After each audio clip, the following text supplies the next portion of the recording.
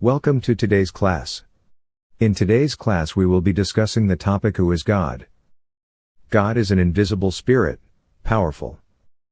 God is the creator of all things. God can hear us when we talk to Him. How can we talk to God? We can talk to God through our prayers. God's unlimited power. God is unlimited. God created the heaven and earth and everything in it, including you and me. God created the angels, the universe and the world. The Lord is very compassionate. He created the fruits and fishes we eat. God is an unlimited spirit. He created the sea and everything in it. Therefore, God is a supreme being that we must honor every day and every time.